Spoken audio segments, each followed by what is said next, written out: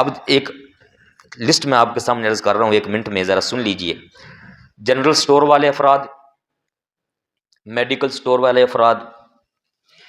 اگر کوئی باہر سے کاروبار کرتے ہیں، تجارت کا مال آنے جانے کا ہے،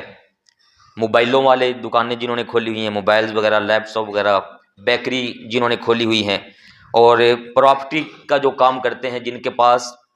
اپنا اپنا پلاٹ ہوتا ہے فار سیل، تجارت کا وہ مال ہے۔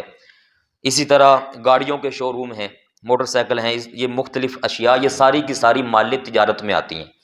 اگر یہ بندے کے پاس اتنی ہے کہ وہ نصاب کی مقدار کو پورا کرتی ہیں تو اس بندے پر زکوٰۃ دینا لازم ہوگا، یہ تجارت کے لیے ہے۔ اگر سونا اور چاندی گھر میں رکھا ہوا ہے کسی عورت کا اور وہ نصاب کو پہنچ جاتا ہے تو اس پر بھی زکوٰۃ دینا لازم ہوگا۔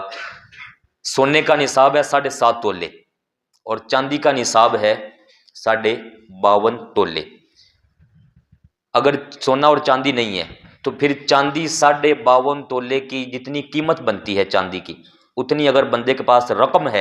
اور اس نے قرض نہیں دینا تو اتنی رقم پر، جو آج کے حساب سے تقریباً 1,10,12,000 کے نیچے اوپر اس کی بن جاتی ہے اماؤنٹ، تو اگر کسی کے پاس اتنی رقم موجود ہوگی اور اس نے قرض نہیں دینا ہے تو ایسے بندے پر بھی زکوٰۃ دینا لازم ہو جائے گا۔